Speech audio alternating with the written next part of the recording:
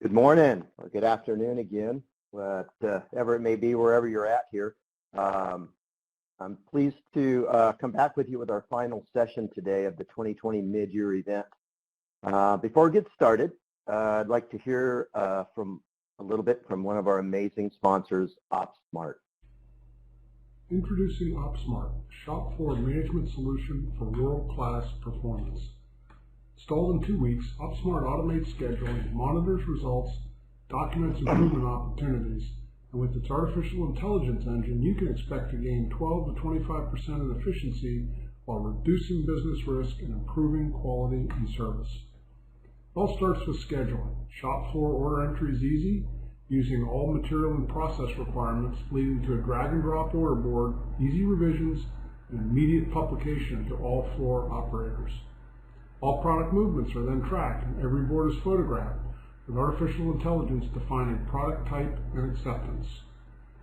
Overall equipment effectiveness shows downtime by cause and can be drilled into for details of each individual inefficiency.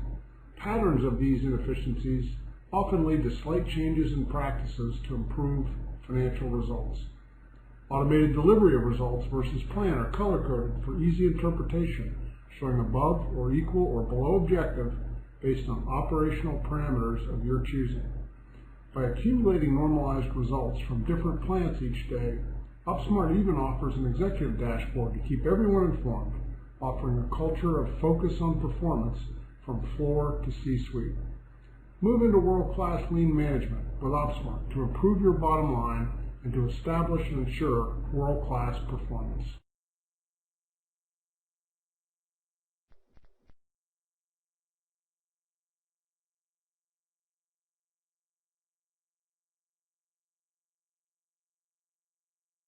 Thank you, OpSmart.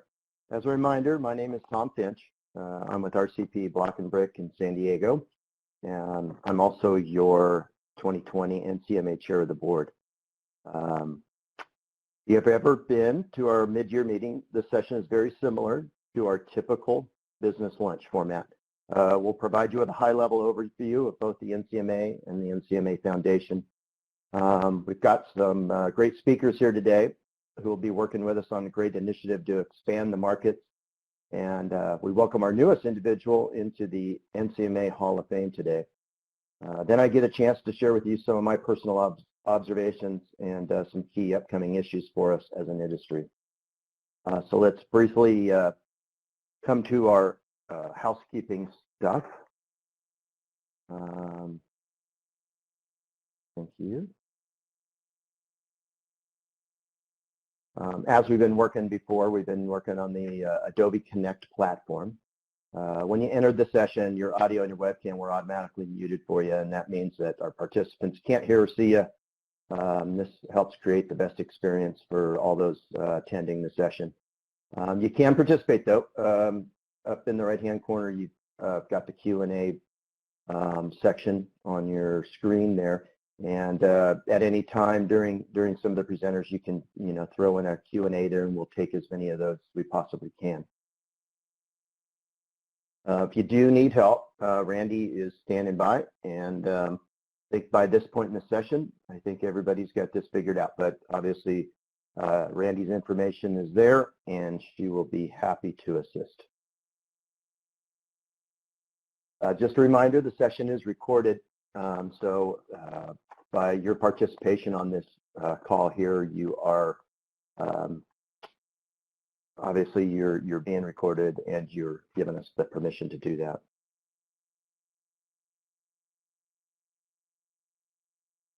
And just a reminder, Ncma's antitrust policy and the Ncma's anti-harassment policy just reminds us to refrain from or intervene or disengage from any inappropriate discussions. If you hear anything there that you might think crosses a line, please reach out to Ncma President Bob Thomas and report any issues you have.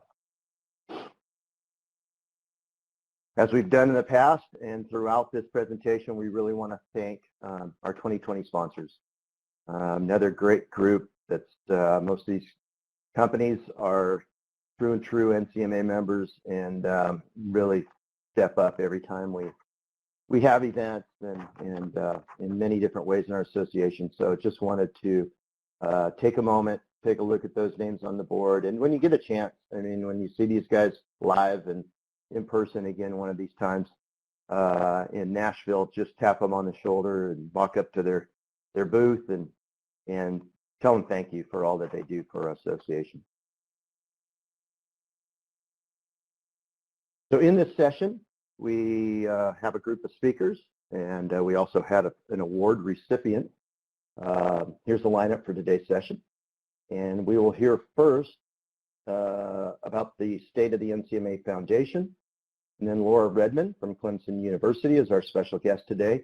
And she will be sharing with us some information about her research that she and her students are doing. And that's all due to a nice Ncma grant. Ted Light will follow that with some information about the state of the association. And then we'll have a special award presentation. And with that, I would like to turn the program over to Stan McCarthy of Acme Brick, who's the chairman of the board of trustees for the Ncma Education and Research Foundation. Tom, thank you. Good morning, everyone. We're all getting good at the virtual world now. I want to give a quick update on the foundation, the mission, the 2019 annual report, types of grants, and the grants that we fund through the foundation.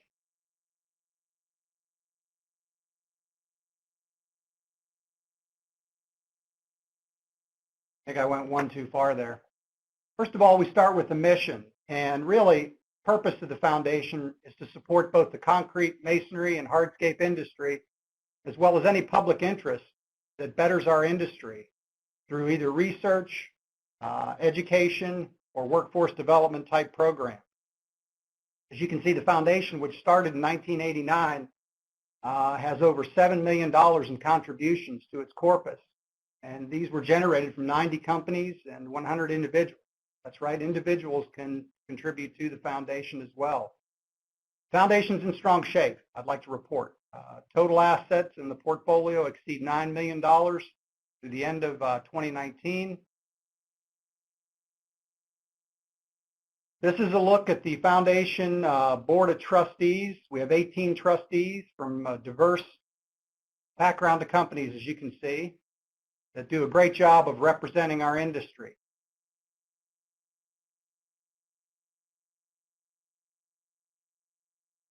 Now on the slide, I've got a snapshot from an audited report. We get audited every year, and we had a clean bill of health in our audit. This is the 2019 audit. You can see that our net assets, our revenues were $1.5 million in 2019, made up mostly of what we gained in the portfolio in terms of gains. Expenses, $448. Mostly through program grants.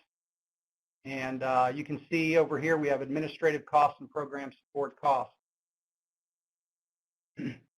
By the way, this information can be seen on the Ncma website under Foundation. You drill down to the bottom, you can capture this report. Our net assets, as you can see, grew by over $1 million, 13.8%, 2019. As I said earlier, the foundation's in good shape financially, ready to look for the future. Since the inception of the foundation, there's been over 150 projects funded and close to $4.5 million in key initiatives. Some of the projects, as you can see, are diverse, but they do really address the mission and objectives of the organization.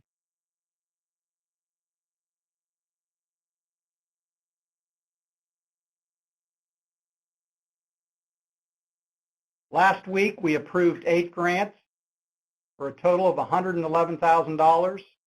And if you couple this with the 8 grants that we evaluated and approved in Salt Lake City, that was a total of 16 grants for the year, totaling over $267,000 in grants. At this point, I'd really like to take a moment to thank the NCMA staff, because in order to get this thing to go and run properly, we have a tremendous staff at NCMA who summarize, they receive the grants, they summarize them, they grade them, and then they turn them over to the Foundation Review Committee. And I'd like to shout out to Marshall Brown, who is our chair of the Program Review Committee, with his leadership and his board. They take those recommendations from staff, and then they grade them and prioritize them for Board of Trustee approval. Marshall, thank you. Both staff and the trustees or the Program Review Committee make our jobs easy. But really, what does this mean? What does this mean for our recipients? Well, we have a special guest today to explain the value of those grants. It's my privilege to introduce one of those recipients. We're pleased to have Dr. Laura Redmond, who is Assistant Professor from the Glenn Department of Civil Engineering at Clemson University. She's with us to give her perspective and updates on the research she's providing through what she received in an NCMA Foundation grant. Dr. Redmond, I'm going to turn it over to you. Okay, thank you, Stan. Yes, thank you to the foundation. I know this is going to be a research overview, but I also want to point out just all of the exciting things that are happening at Clemson related to both research and education of masonry and masonry utilization, and a lot of which wouldn't be possible without all the collaboration and the assistance I've gotten from members of the foundation and people that I see here on the line. So thank you very much for your support, and we'll go over just some of the exciting stuff that's going on at Clemson right now. Okay, so as Stan mentioned, I have a grant through the NCMA Foundation on the development of lambda factors for lightweight grout.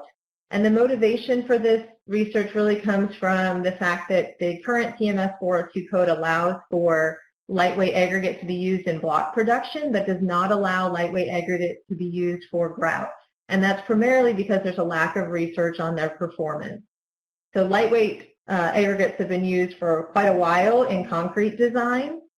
And the lambda factor I'm talking about really relates to the ACI 318 code, where there is a small reduction factor for utilizing lightweight concrete for some of the properties that relate to sort of the tension and the shear behavior and the bonding between reinforcement and the concrete. So there is a slight reduction that you have to account for within the concrete code design, and part of the aim of this research is to be a preliminary look at what that type of factor might be for masonry design, so that we could get those minimum design values for lightweight grout into the TMS 402 code. And now, why do we really care about lightweight grout? There are a lot of benefits that we could see if lightweight grout were allowed by the TMS 402 code.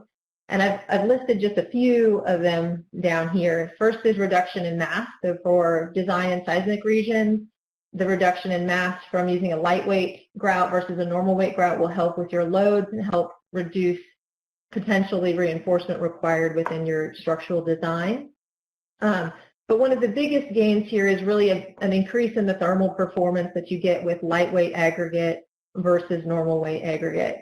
I went through and did some preliminary calculations for a fully grouted masonry wall, and we could get approximately 60% improvement in R factor by switching from a normal weight grout to a lightweight grout within a fully grouted masonry wall assembly. And that would really help masonry to meet the kind of increasing stringency on energy codes that are continuing to come out of the building code requirements. There's also some benefit as far as reduced shrinkage cracking due to internal curing effects that's been observed within concrete that presumably would also benefit masonry grout.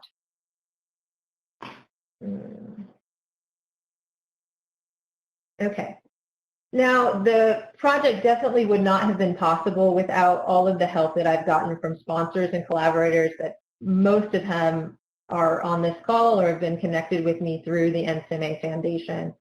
So I've listed a few of them down here. From the Ncma Foundation, Jason Thompson has been a great resource as far as technical questions, kind of looking at some of our results and making sure coefficients of variation were reasonable with respect to his experience. As you've seen, I'm an assistant professor, so I've been here at Clemson 2 years. I don't have the extensive background in long-term testing, even though I did do full-scale masonry and concrete testing for my PhD. It's nice to have Jason there to have a sort of second expert opinion on, are things looking the way we think they should from our results in our tests. We've also been able to leverage some of Ncma Foundation's resources with respect to test space, and we have a plan to leverage some of the existing test setups that Jason has for development link tests in order to repeat some historic tests that were done at Ncma on normal weight concrete with the lightweight concrete. We've also gotten a lot of support from ESCSI. We've got an additional funding from them for this proposal, as well as a lot of input and help as far as technical information regarding aggregate handling and production plant typical practices in concrete that we need to translate into our lab when we're handling and working with lightweight aggregates for design. So that would be Reed Casterdale and Jeff Beck I've been primarily working with. And then as far as donations for materials and technical information regarding plant handling and batching practices, we have had aggregates donated from both Arcosa and Stay-Lite, that is Jeff Beck and Jody Wall, and then all of the blocks for the production of the specimens has been donated from General Shale.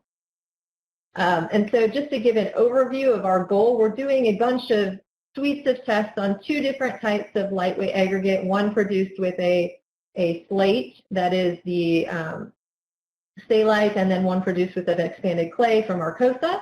And so we'll have 2 different formulations of lightweight grout that we'll be putting through a series of tests that are the ones that preliminarily have influence of lightweight aggregate in concrete and give us a hint at what that reduction factor for design might be for masonry.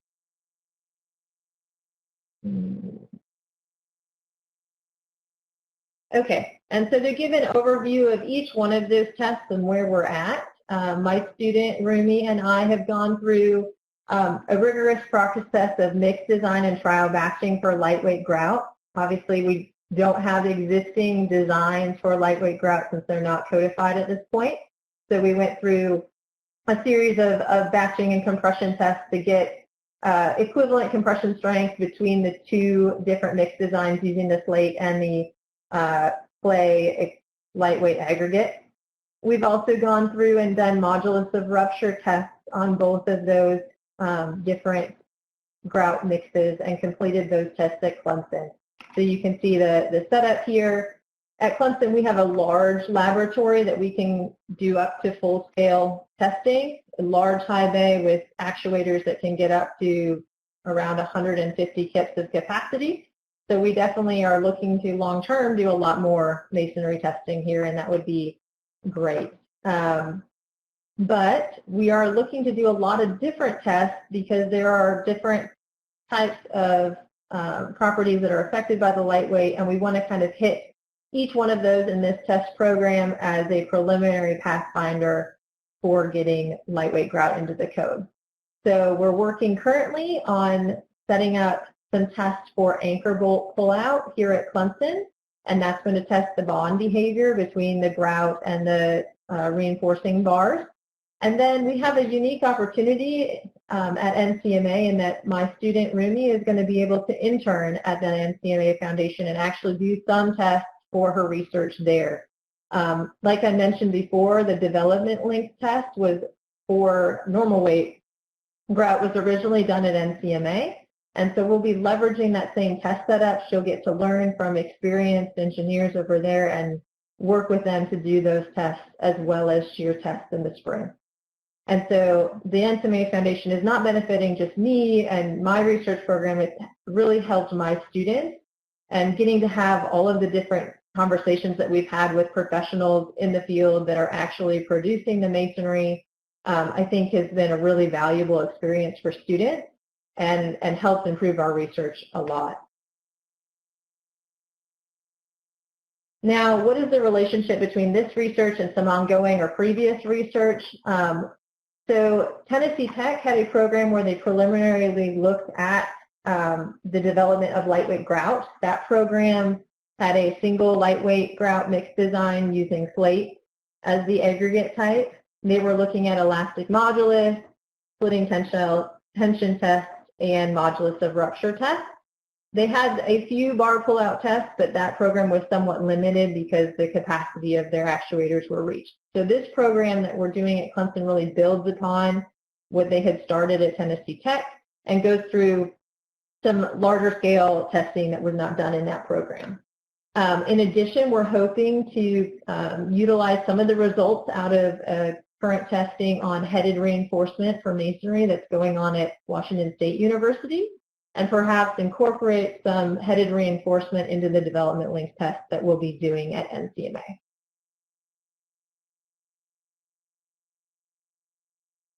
Now, as I mentioned before, the benefits from the foundation are not just to myself and our research, it is to the students that are here at Clemson.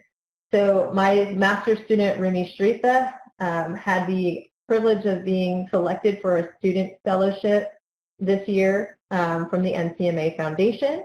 And so she has been very thankful for that opportunity, for the extra funds, and for just the connections that she's had to be able to talk with Jason, be able to talk with all of the various industry partners that we have, and learn a lot more through this experience than she would have if I was just advising her without the additional input from industry.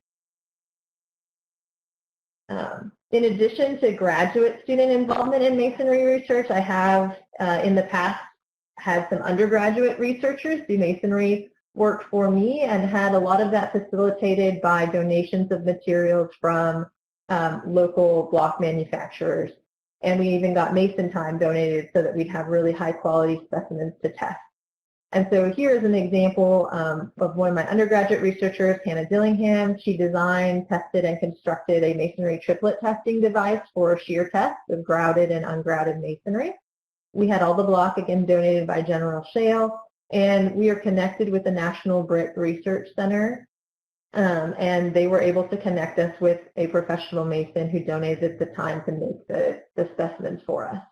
And I think that is really key when you have experienced masons that are producing the specimens. The results that you get are much better. And I think that's the quality that we would like to have out of our research, and it's great to have that resource here locally. I think in addition, there are some other opportunities. I'm always open and excited to work with more industry partners. I have a role as an advisor in a student club here called Clemson Engineers for Developing Countries.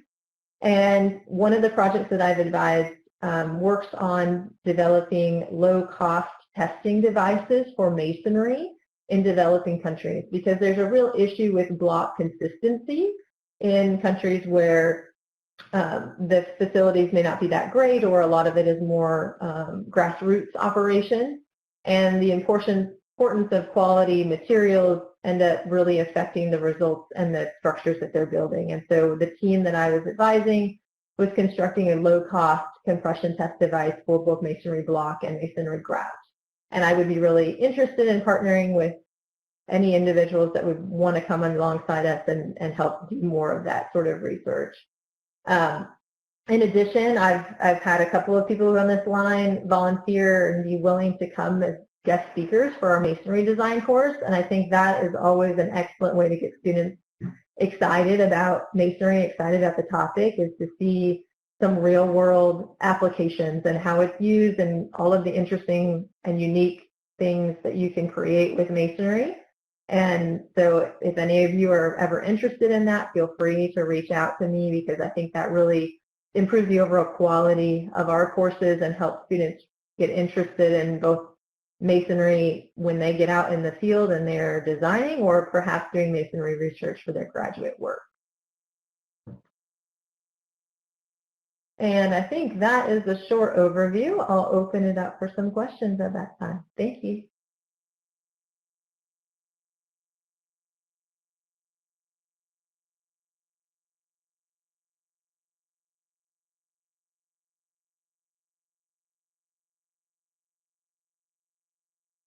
Thank you, Laura.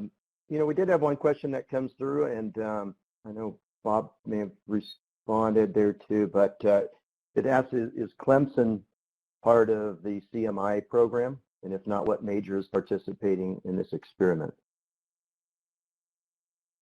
The CMI program, I do not believe so. At least none of my students. Well, great. Well, thank you very much, Laura, and thanks to Stan as well and the foundation. It's, you know, we don't always see enough education at the university level on masonry that we feel should be there. There is one more question. Oh. Yeah. So I would say the thermal performance of lightweight grout, yes. I do know of some research in thermal performance of masonry going on at the Brick Institute. I don't know that they have specifically looked at lightweight at this time.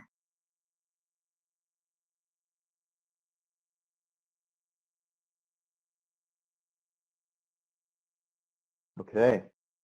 Well, thank you again. And as I was saying, it's exciting to see the research being done on masonry and the commitment that Clemson has shown and taken in our industry. So thank you guys for what you're doing, Laura, and appreciate you being with us today. And the corpus of the Ncma Foundation, thanks to the vision and generous contributions, that keeps continuing to pay dividends for our industry. So I love seeing how these foundation grants are supporting our future designers. So I hope you had a chance to catch the student design competition on Tuesday.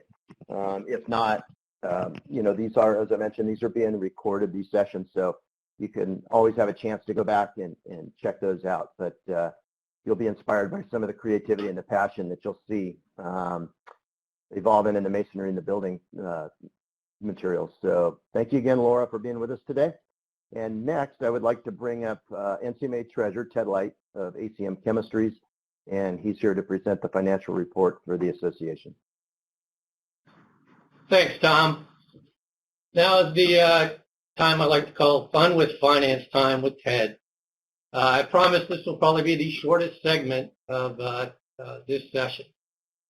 I know probably many of you are wondering in this time of COVID and killer hornets and all the other calamity you may be seeing on Facebook, you may be wondering, Ted, how is our association doing?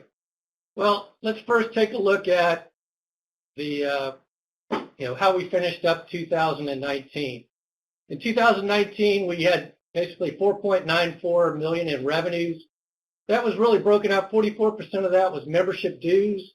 The other large chunk was at 21% were industry meetings and the Icon meetings exchange. Then we had really 10% coming from education and programs and 10% from research and development. And then three other minor contributors, the commodity checkoff, investments, and the foundation. Expense-wise, we had $4.67 million in total expenses. The largest chunk of that was 29% was the expenses was industry meetings and the Icon exchange.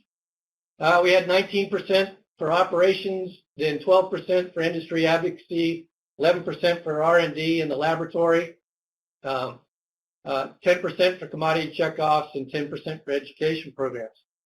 For those of you that are good with math, you can see that our revenues exceeded our expenses by about $270,000, which is great. Now looking at our statement of financial position, which others will call it the balance sheet, the real key thing there to note is our net asset. Net assets are really looking at what's kind of the cash and investments and monies that we have available.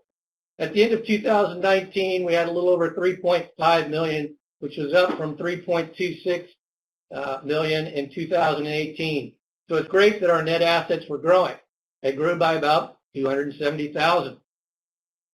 Now you're probably wondering, Ted, that's great. That's 2019. How about 2020? How are we doing?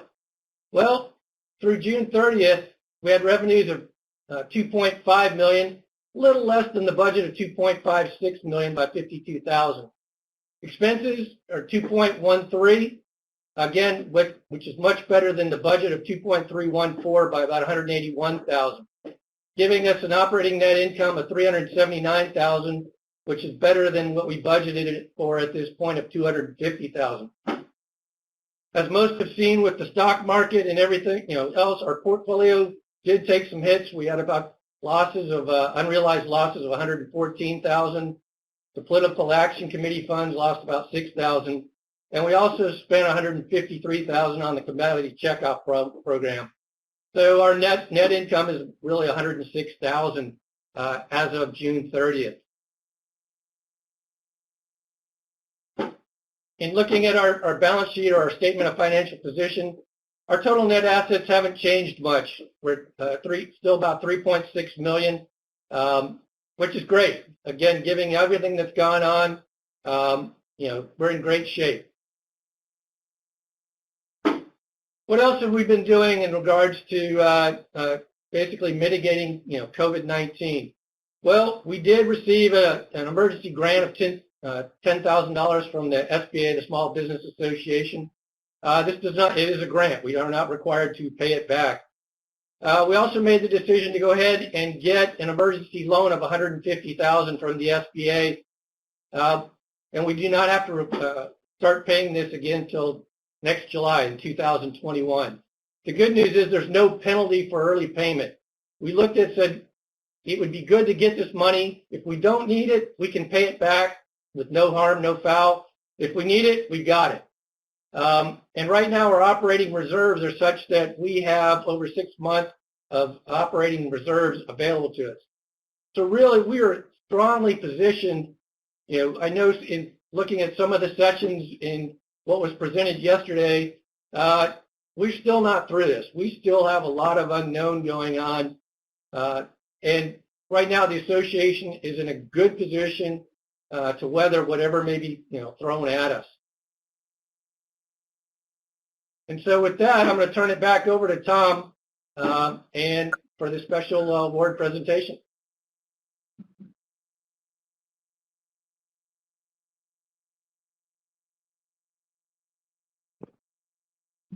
Thanks, Ted. And it's great to see financial health of our association. Looks great. And we did take a hit on some of our stocks this year, and we're still looking very healthy, and we're being fiscally responsible. So great job, Ted, and great job to all those on the finance side, Rich. And that brings us right into our next guest, being fiscally responsible. So that's the person who did that for quite a few years for our association and did a wonderful job at it. And, no person is more well-deserving of the Ncma Hall of Fame than Mr. Larry Medley. And it's great to have you with us today, Larry. Next, we're going to show a little video here for you, and presented by Mr. Bob Thomas. Hello, everyone. My name is Bob Thomas. I'm the president of the National Concrete Masonry Association. And today it is my honor and privilege to be part of a presentation to a very deserving individual and his induction into Ncma's Hall of Fame. Now, normally we would prefer to do these recognitions in person, but alas, 2020 is a year like none other. But we continue our efforts and our missions, and included in that is recognizing those very deserving individuals. And albeit the fact that we are doing it in a virtual manner does not diminish at all our level of appreciation and the level of acknowledgement that we are bestowing on this individual. And that individual today is Mr. Larry Medley. Now, Larry Medley served as Ncma's Vice President of Finance and Administration for a period of 13 years, from 2005 to 2017. In that time, he provided exemplary leadership to the association. And I'd like to read just a little bit of the nomination packet that I think summarizes his contributions very well. Larry is credited with bringing both sound financial order to the association, as well as achieving trust from Ncma member leadership. Throughout his 13-year career at NCMA, he was appreciated for his breadth of understanding of management issues, his ability to respond quickly to pertinent questions, or be able to research and respond in a timely manner, to provide sound guidance and stewardship in a forward-thinking manner, and to support critical relationship development within the membership. He provided equal levels of support to both the association and the NCMA Foundation, leading efforts ranging from investment portfolio management, financial reporting, budgeting, insurance, and all the other things that go along with that. In a minute, we will present the award to Larry Medley in person, but before we do that, I would like to share with you a little bit about his career and his service here at NCMA. All these things led up to him becoming the 145th inductee into the Hall of Fame. Now, as part of that, he will become only the 9th member that has served on the staff here at NCMA. So with that, let's roll the video and then we'll come back for the presentation.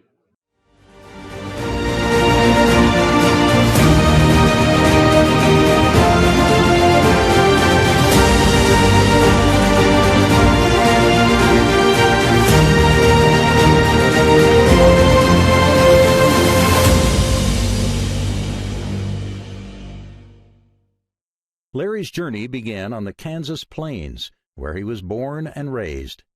In 1959, he enrolled at Kansas State University and graduated in 1963 with a Bachelor of Science degree in accounting and finance. During his time at Kansas State, participation in ROTC was mandatory for all students. Larry honed his leadership skills and later found a calling to join the military. Upon graduation, he was commissioned as a second lieutenant in the U.S. Army and stationed at Colorado's Fort Carson. It was here Larry met Martha Nan McKinney on a 1964 blind date. Nan was vacationing from her home in Dallas. A long-distance relationship blossomed, and the two were married a year later. Since that time, the couple have managed multiple deployments, assignments, and careers together. They have 2 grown daughters that live in the Washington, D.C. area, and August 2020 marks their 55th wedding anniversary. In thanks for their many blessings, they serve as volunteer marriage counselors to other young couples. Larry went on to serve a full 30-year career in the Army, with deployments to Vietnam, Korea, and Germany. He also continued his education while in the service, completing a master's degree in systems management through the Florida Institute of Technology and attending the National War College to study national security and strategy policy. His military service concluded with an assignment to the White House Military Office, serving under President H.W. George Bush. He retired in 1993 as a full colonel. After his first retirement, Larry leveraged his financial background in private practice. In 2005, he was hired by Mark Hogan at the National Concrete Masonry Association, and by 2007, the NCMA Board of Directors approved him as Vice President of Finance and Administration. I have to tell you, I had some initial doubts about how well you'd fit in the organization as a former military, after a former military career, but you proved me wrong, that you were a perfect fit. During his time at NCMA, he has served as an officer of the organization and as its secretary-treasurer. Boy, what a world of difference that made. You're a great combination of talent, experience, and energy. And you were a great mentor to guys like Rich, and you were a great support to Bob and the rest of the staff. Larry anchored a talented NCMA staff known for their technical competence and customer service mentality. Larry recognized the value of relationships and networking, and he was just as comfortable in a political action committee reception or on the golf course as he was in the boardroom. When he retired in 2017, he was recognized formally by the entire membership, following presentations by past NCMA Chair of the Board, Pete Hoyt, and his mentee and successor, Richard Gemelaris. NCMA President Bob Thomas presented him with a ground face CMU etched with the NCMA logo. and the saying, "A bad day of golf is better than a good day at work." You've earned it, Larry Medley. Since his second retirement, he has more time to travel with Nan and his family, fine-tune his golf game, and volunteer his management skills as finance director and treasurer for Christ Church Vienna in Vienna, Virginia. In 2020, the NCMA Board of Directors approved a nomination for Larry J. Medley to be enshrined in the NCMA Hall of Fame and bestowed with the distinction of Lifetime Honorary Member. And now we have the opportunity to hear from Larry himself as he receives his award, the inscription of which reads, Larry J. Medley, Hall of Fame, in recognition of his dedication, leadership, and stewardship of the National Concrete Masonry Association and service to its membership. Ladies and gentlemen, Mr. Larry Medley.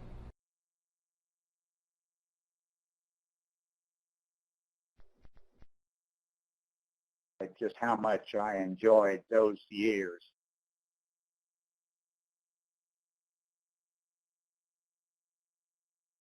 Welcome back, Larry.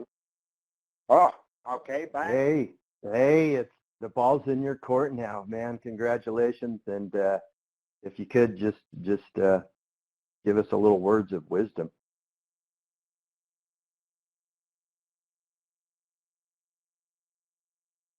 Okay, well, hello NCMA, and great to be with you. And thank you, Bob and Pete Hoyt and Mike Finch for those very nice comments. Yes, I do have more time for golf these days, and I take that walk to the course with me every day. But it's not helped my handicap any at this point. It's hard for me to describe how much I enjoyed those years with NCMA, working with the board and the committees and the membership in general. But it was just a great time, and I so much appreciate this recognition today. I'm glad to hear that the finance team is being fiscally responsible along with you and Bob. But I do want to recognize their efforts, particularly Rich Giamaleris, who replaced me in that position, for Pete Hoyt, for Al Petronio, who has subsequently retired, and now for Celeste Chapman and Sheila Thomas. They're just carrying on in a great fashion. So thank you all for the great recognition. It's been a great 13 years, and thank you so much.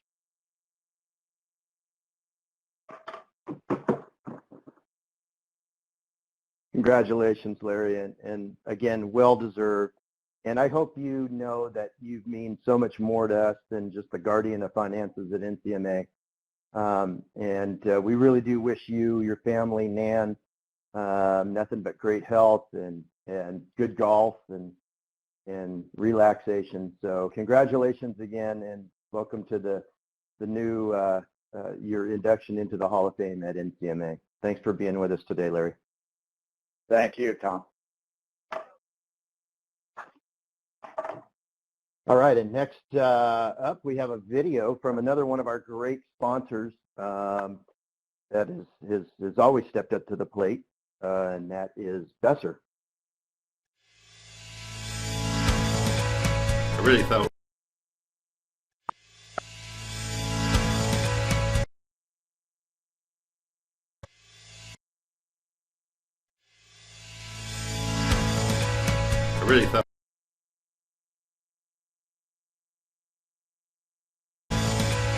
I really thought we'd be in Milwaukee at this time, but things have changed. Thanks to the NCMA. I really thought we'd be in Milwaukee at this time, but things have changed. Thanks to the NCMA staff, we're still together. We are still doing well as an industry. Our customers are doing well, Besser Company's doing well, and our employees are doing very well during this COVID-19 crisis thanks to our HR department and the discipline programs we have in place. I really think it's important that you get to meet the leadership team that's going to continue the Besser legacy. And with that, I'd like to start with Ryan Sushak, the president of Besser Company. We're fully committed to the concrete products industry and your ongoing success. Besser staff and all departments are actively listening and focusing on ways to improve your productivity, safety, and product quality. Besser is consistently striving to make your experience with us awesome. At Besser Company, our call center staff are friendly and the most knowledgeable in the business. We know concrete equipment better than anyone. Besser supports the growth of the concrete products industry. Besser is committed to being your long-term partner. At Besser, we're more than just an equipment supplier. We're your partner. We're constantly evolving our product line. Here at Besser Company, we're fortunate enough to have a mold team with over 100 years of industry experience. As an ESOP company, we're all owners. What we do matters. We know that we want the best products and services offered every day. Your success is our success. For more than 116 years, we've been helping producers face the future with confidence, regardless of the circumstances. So please stay safe, be well, and know that you can always count on Besser.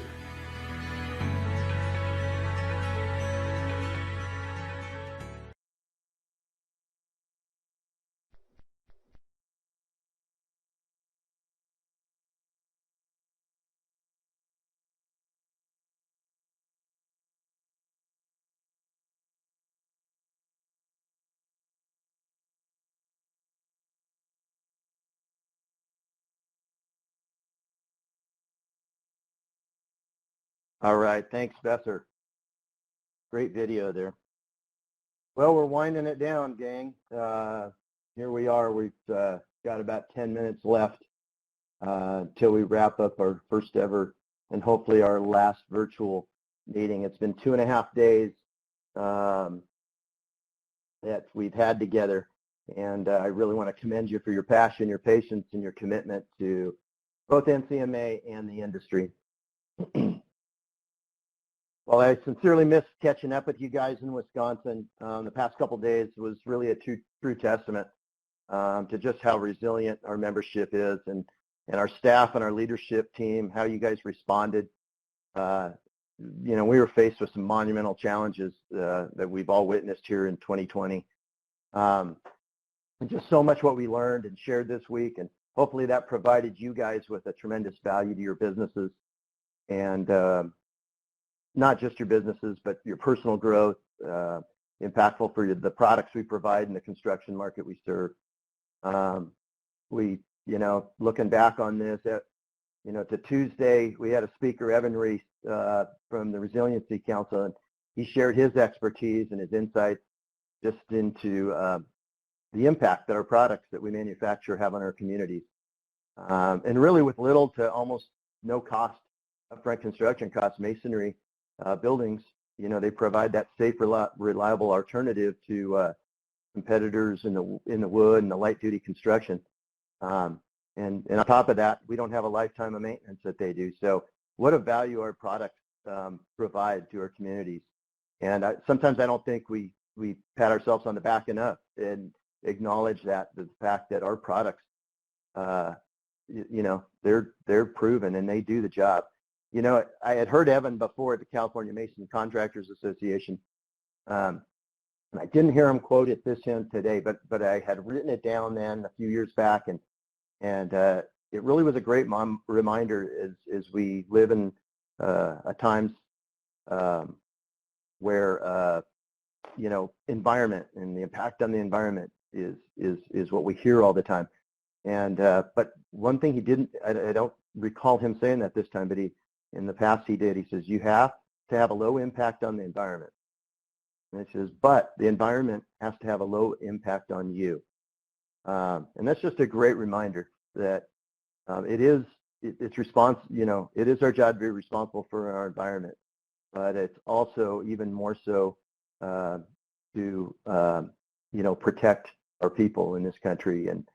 And so that's a great reminder and something that we all need to remember as the environmental impacts keep coming our way. Our products provide a low impact on the human humankind. So, that's great to know. As I reflect on yesterday's panel of speakers, we had some speakers yesterday morning, about 3 of them, and my takeaway was that while we're living in some very uncertain times, there's a general sense of optimism surrounding the construction industry. So that was, hopeful. So, that's what needed here in life, is a little hope right now. And so, we don't have a crystal ball, but I sure hope that that is something we're going to see, that our companies are going to continue to not just get along, but to thrive.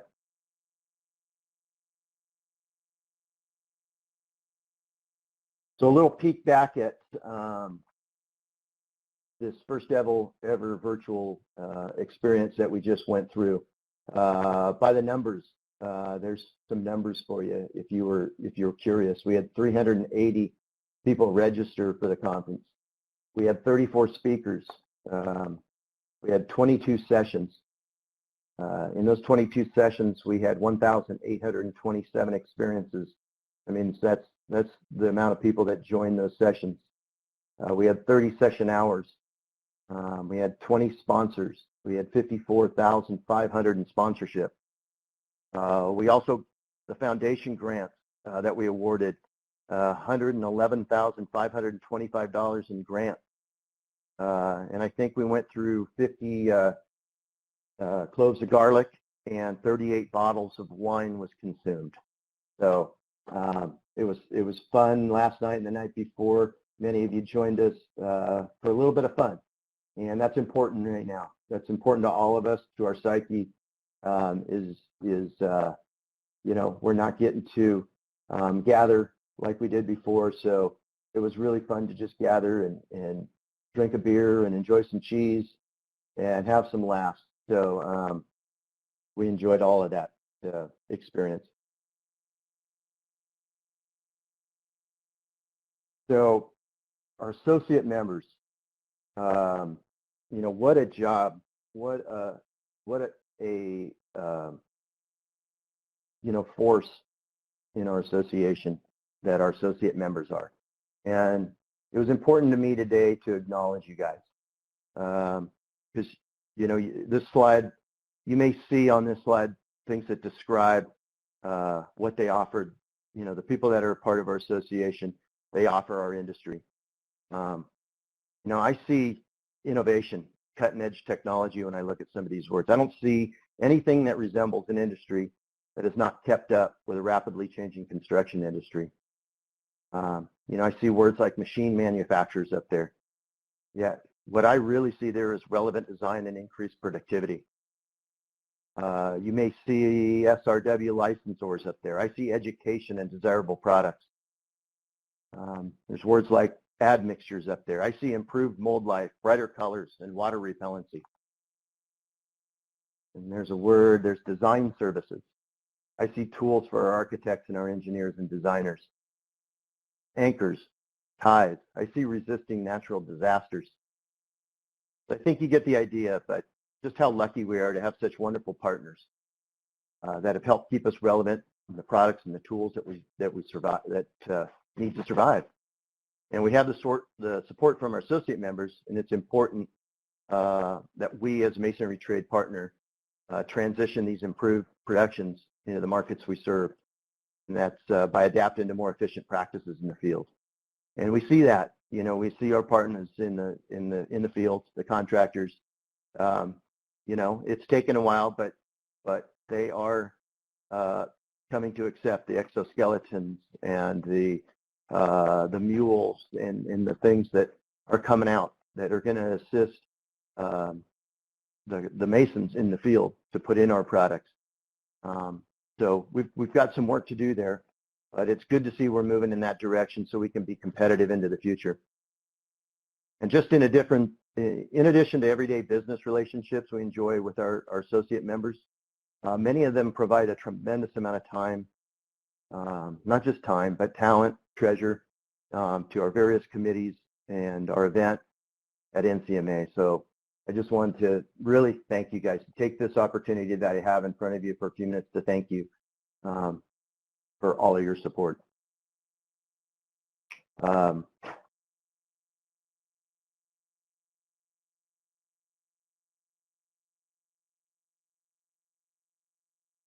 Boy, does this look kind of familiar and a little daunting these days. If it wasn't challenging enough, let's throw in a pandemic, right? And add a little bit of ice to the roads. Like many of you have experienced, RCP went into a government mandate to stay-at-home shutdown one day to being deemed essential business the following day. So we modified our essential operational procedures immediately to protect the health and well-being of our customers and our employees.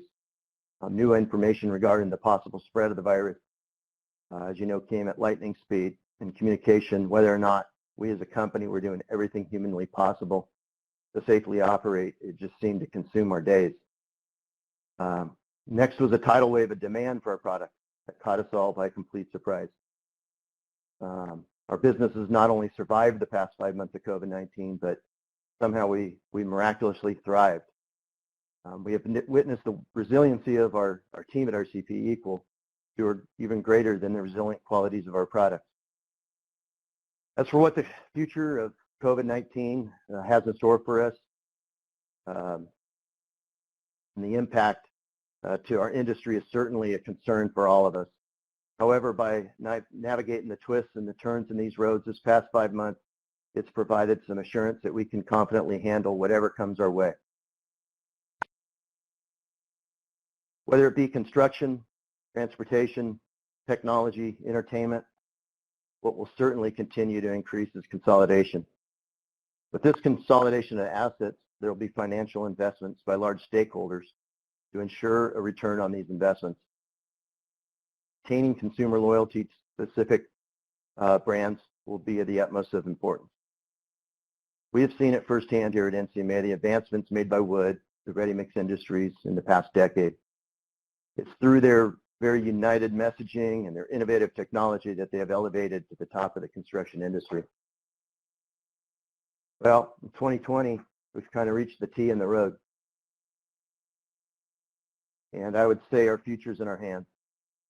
Investing in ourselves and the products we stand behind, it's up to us. That's precisely why Ncma board and the ICPI board have determined that the timing's right to begin exploring how one unified association could benefit all its members.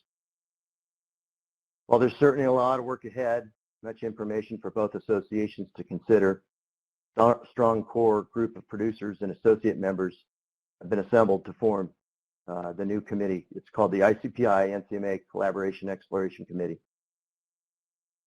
We have co-chairs on this committee. Serving co-chairs from the Ncma group is led by Steve Berry of Oldcastle APG. And the ICPI group is led by Dave Carter of Oaks Concrete Products. The goal in mind for this committee is to explore additional collaboration to better position members to increase market share and review possible areas of consolidation. Just a reminder, it's very early in the process, and we'll keep everyone informed of the recommendations coming out of that committee, and I'm sure we'll have a lot more information coming to you in Nashville.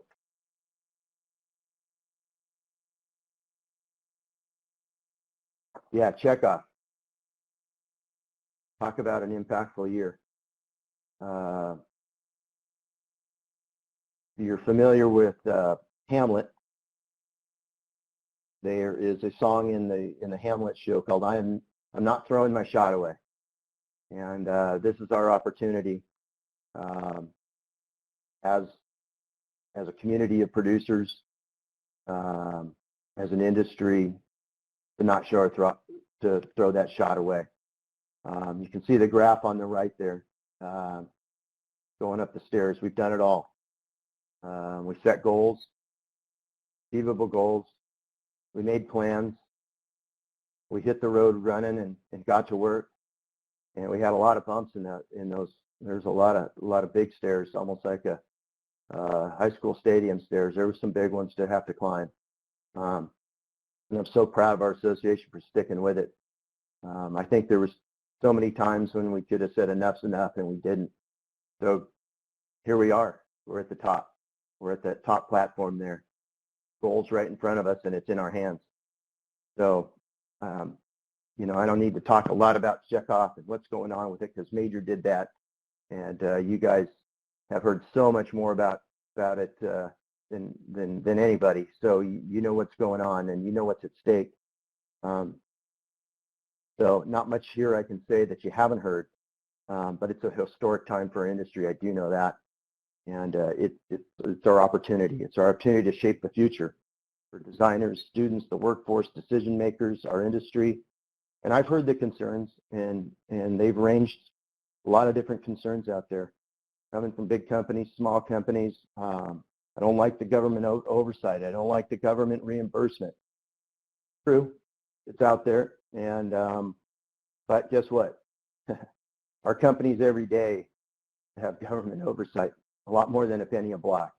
So if you're worried about the government, worried about a penny a block, you know, I don't want to underestimate that, but they're worried a lot more about us paying our sales tax and our property taxes than they are a penny a block. I can assure you that. You know, I've heard concerns about contributions outside our market. So remember, 50% of what we put into this program is going to go right back directly into your region.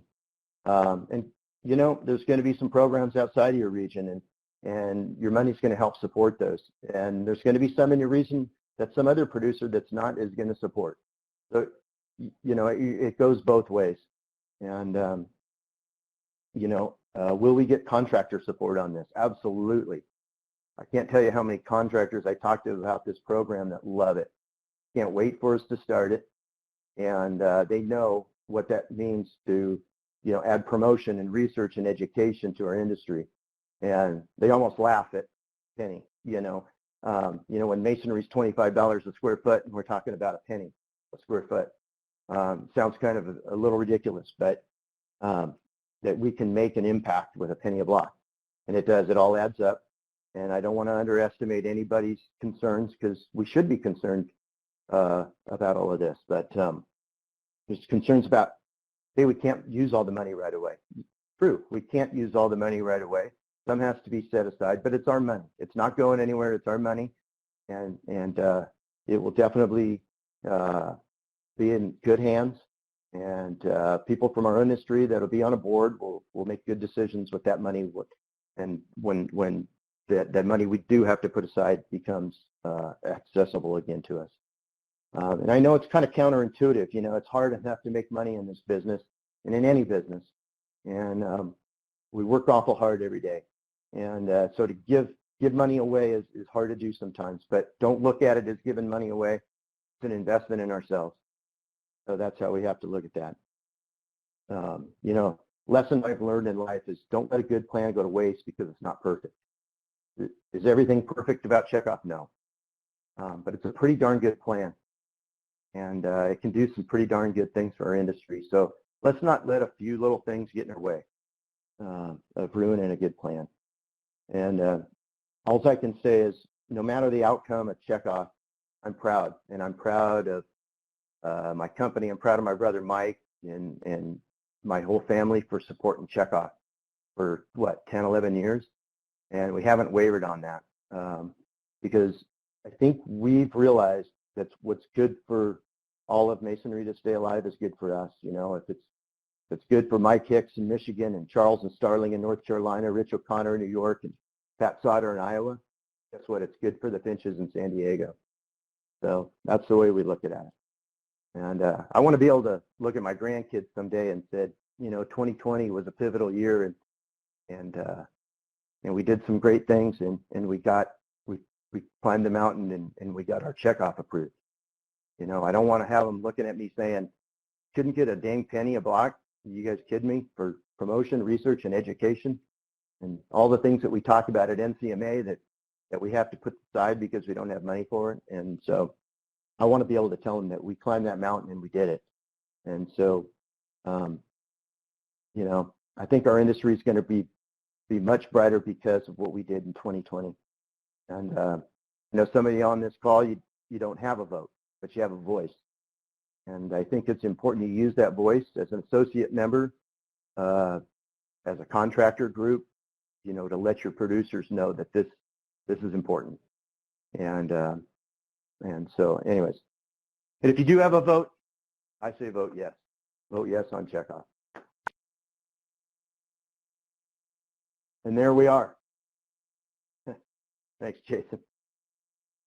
So, maybe some of you, sorry, I'm going a little overtime here, guys. I'm going to wrap it up here in a minute. But the old joke about the faithful man that was stranded on the island, right? And guy in a boat that came up and told him to jump on, and he said, "No, that's okay. I've been praying to God, and He's got me covered." And a guy on a helicopter comes by and says, "Hey, jump on. I'll get you off this island." And he says, "No, I'm good. God's going to answer my prayer and get me off of this island." And anyways, faithful man ends up starving to death and dying.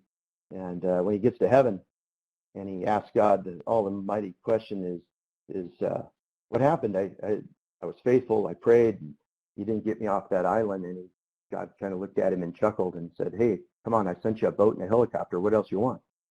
So, that's us on the island, and maybe Chekhov's our helicopter off the island. So, let's not be stranded on that island and look back and regret what we have right in front of us.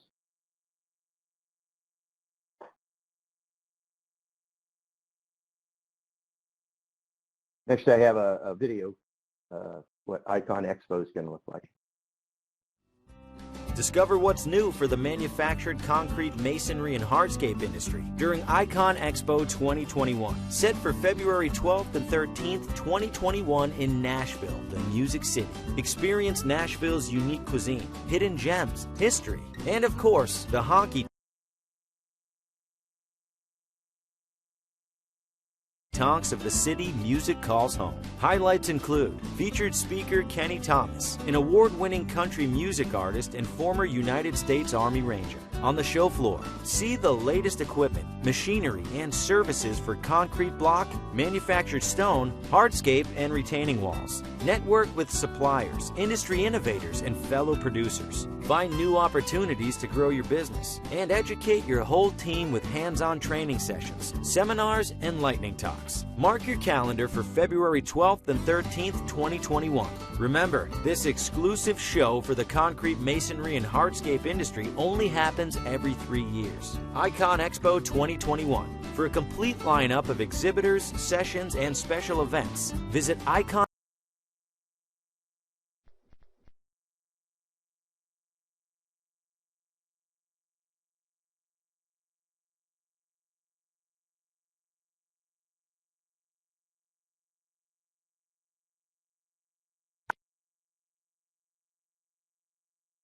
So it looks fun. I myself have never been to Nashville, but I've heard a lot of great things about Nashville, and I'm really looking forward to it. And I know many of us are looking forward to an Icon Expo and a machinery and equipment show that we haven't had in 3 years. So with the B2Bs every couple of years, the machinery show doesn't come around every year. So I think all the members of the association are excited to see all of the great new products that are available to us. So we're full steam ahead for Nashville. We're looking forward to it with great anticipation, and I just want to assure you that Ncma is doing everything in our power to bring this event to you. But we're also, we're closely monitoring the conditions in both the U.S. and internationally, and we want to make sure, whatever we do going forward, that it's looking out for the health, safety, and financial commitments of our members. As it turns out, that it's in everyone's best interest to postpone the show, we'll certainly do that. Time for that decision is not quite there yet, however, and we'll include our exhibitors in any related discussions, and we'll work with them to limit any financial risk by reimbursing them if that ends up happening. So we just want you guys to know that we're excited about it, and like all our challenges, we'll navigate the change and take advantage of the opportunities as they present themselves. But mark your calendars, February 12th and 13th in Nashville. I look forward to getting off this webcam and seeing you guys and having having a cocktail at night with all of you guys. And just as we wrap up this session and the final session of 2020 Midyear, I want to thank, again, our sponsors, and I want to thank you guys for joining us and sticking with us. And you know, 2.5 days on the front of a computer is quite a commitment. So thank you for joining us.